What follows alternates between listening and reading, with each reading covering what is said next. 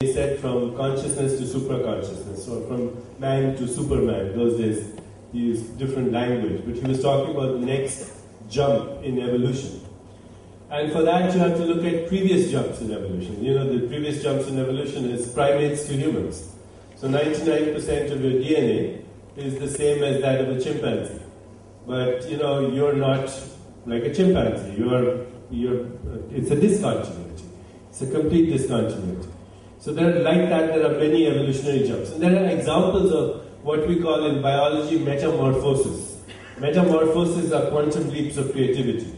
And they are based on the uncertainty, because you know, the more there is a proliferation of uncertainty, the more the likelihood of quantum leaps of creativity. If everything is certain, there's no creativity in the system. So you need the proliferation of uncertainty for the chaos, the chaotic soup to emerge from which the next leap of creativity occurs. One of the best examples of that in biology is what we call metamorphosis. When a caterpillar, for example, turns into a butterfly.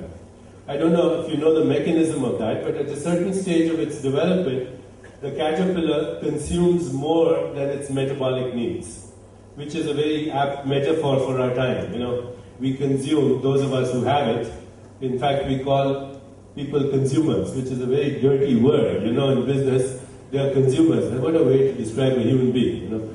So, when you consume more, the caterpillar's body starts to die.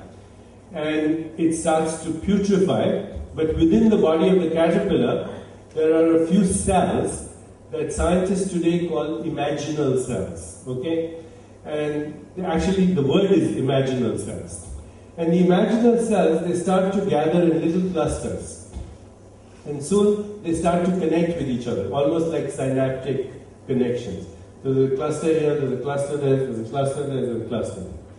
Meanwhile, the immune cells of the caterpillar, they see this different cell behaving differently, they attack the imaginal cells. But the imaginal cells are vibrating at a different frequency. So they remain immune to the onslaught. When the connectivity of the imaginal cells reaches a critical threshold, and the imaginal cells use the dying body of the caterpillar as their nutritive soup, it becomes the culture medium in which they grow.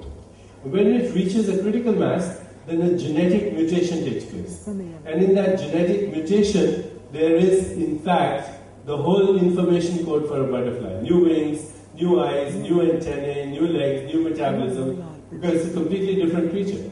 It's, you know, when scientists describe it, they say it's like you took your bicycle to the repair shop, you went to pick it up, and there was a Gulfstream jet waiting for you.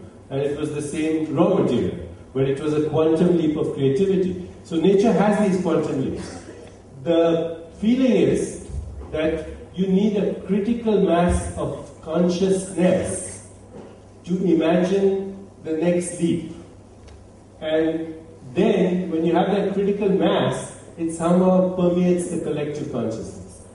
And so, you know, what's that poem of Rumi where he says, when I die, I will soar with angels, but when I die to the angels, what I shall become, you cannot imagine. Okay? Because that's the next quantum leap. Now, in our literature, in the Puranas and so on, there are all these different lokas. Swarg lok hai, Brahman lok hai, ye lok hai, wo hai. Mr. Narad Muni goes to all the lokas and he reports the gossips of this loka to that loka. Everything gets confused. But the word lok means location. Okay? The Sanskrit word lok means location. Location in space-time. Now, location in space-time has a function of a frequency of consciousness. So these lokas are not out there in outer space. We know what's out there in outer space. At least on the fringes of our galaxy. The loks are different states of consciousness that manifest different universes. In Yoga Vashisht, there's a line where Yoga Vashisht says, infinite worlds come and go in the vast expanse of consciousness. They're like motes of dust dancing in a beam of light that's shining through a hole in my roof.